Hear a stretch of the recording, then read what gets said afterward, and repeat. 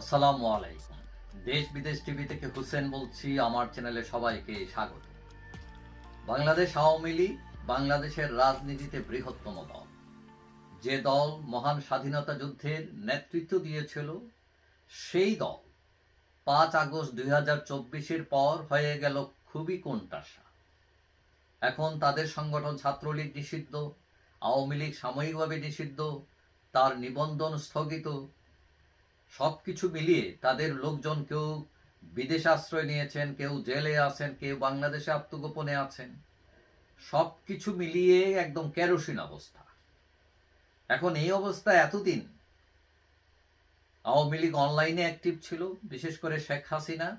তিনি প্রতিনিয়তই দলের নেতা কর্মীদের সাথে বিভিন্নভাবে অনলাইনে সংযুক্ত হয়ে কথা বলছেন, পরামর্শ দিচ্ছেন, উৎসাহ দিচ্ছেন। এখন শোনা যাচ্ছে আওয়ামী লীগ তার কৌশল বদল করছে। এখন এটা কিভাবে বোঝা গেল? বর্তমানে আইন শৃঙ্খলা পরিস্থিতিতে যারা নিয়োজিত তাদের ঘুম হারাম করে দিছে আওয়ামী লীগ। সম্প্রতি আওয়ামী লীগের কয়েকজনকে গ্রেফতার করেছে সরকার, এবং তাদের সাথে তাদের ইন্টারভিউ নিয়ে আইন শৃঙ্খলা পরিস্থিতি জানতে পেরেছে যে আওয়ামী লীগ ঢাকা দখলের পরিকল্পনা করছে। তারা গেরিলা ট্রেনিং নিচ্ছে এবং সেখানে সংযুক্ত হয়েছেন অবসরপ্রাপ্ত সরকারি কর্মকর্তা কর্মচারীরা, নিষিদ্ধ ঘোষিত ছাত্রলীগের নেতাকর্মীরা, এবং এই খোদ সরকারের নাকের ডগায় 8 জুলাই 400 জন ট্রেনিং নিয়েছেন ঢাকার একটি কনভেনশন হলে। এবং তারা বলছেন, যারা গ্রেফতার হয়েছেন তারা বলছেন তাদের পরিকল্পনা ছিল শাহবাগ দখলে নেওয়া এবং আওয়ামী লীগ অধ্যুষিত যেসব জেলায় আছে ওইসব জেলায় একসাথে সবাই মাঠে নামা এবং সেই সুযোগে শেখ হাসিনাকে ফিরিয়ে। এখন এইসব তথ্য পেয়ে আইন শৃঙ্খলা বাহিনী, গোয়েন্দা সংস্থা একদম তাদের ঘুম হারাম হয়ে গেছে। সবাই নড়ে উঠেছে যে আওয়ামী লীগ কখন আসে অবস্থা। এখন ধারণা করা হচ্ছে সরকার যদি গণতান্ত্রিক প্রক্রিয়ায় আওয়ামী লীগকে রাজনীতি করতে না দেয়, তাহলে সশস্ত্র বিপ্লবের দিকে ধাবিত হতে পারে এই দল। এবং এর ট্রেনিং ভারত সরকার দিতে পারে, কারণ ভারতের সাথে আওয়ামী লীগের একটি ভালো সুসম্পর্ক রয়েছে। এবং এই ট্রেনিং, অস্ত্রশস্ত্র সেটা ভারতও দিতে পারে, এবং সেই ট্রেনিং হতে পারে ভারতে অথবা সীমান্তবর্তী জেলায় অথবা পাহাড়ি অঞ্চলে বাংলাদেশের।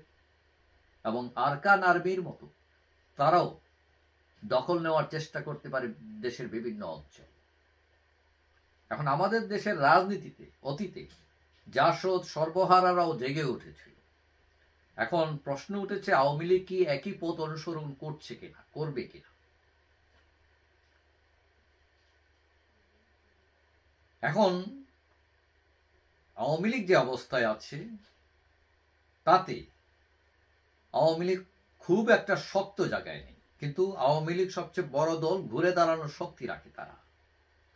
তবে যতটুকু জানা গেছে যে আওয়ামী লীগ আরো কিছুদিন অপেক্ষা করতে চায় নির্বাচন পর্যন্ত। নির্বাচনে সরকার তাদেরকে সাথে নেয় কিনা, গণতান্ত্রিক প্রক্রিয়ায় তারা যুক্ত যদি হতে না পারে, তাহলে বিকল্প হিসাবে সশস্ত্র বিপ্লবের কথা তারা চিন্তা করবে।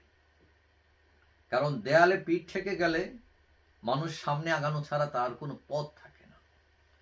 এবং এই ক্ষেত্রে শেখ হাসিনার সিদ্ধান্তই চূড়ান্ত হবে। এবং ধারণা করা হচ্ছে শেখ হাসিনা গণতান্ত্রিক সব প্রক্রিয়া বন্ধ হয়ে গেলে, সেখানে যদি কোনো আশার দ্বীপ আর না চলে, তিনি হয়তো মোদী সরকারের সাথে আলাপ আলোচনা করে বিকল্প পথ, সশস্ত্র বিপ্লবের পথ বেছে নিতেও পারেন। যাই হোক, আমরা চাই দেশে কোনো অস্থিরতা তৈরি না হোক। সকল মানুষের, সকল রাজনৈতিক দলের যে গণতান্ত্রিক অধিকার আছে সেইটা যাতে কেউ নষ্ট না করতে পারে। কেউ যদি অপরাধ করে থাকে তাকে আইনের আওতায় আনা যেতেই পারে, কিন্তু একজনের জন্য 100 জনকে বা 1000 জনকে বা লক্ষ জনকে আপনি শাস্তি দিবেন, এটা তো আইন হতে পারে না। যাই হোক, সবাই ভালো থাকবেন। আশা করি দেখা হবে অন্য কোনো ভিডিওতে ইনশাআল্লাহ। আল্লাহ হাফেজ।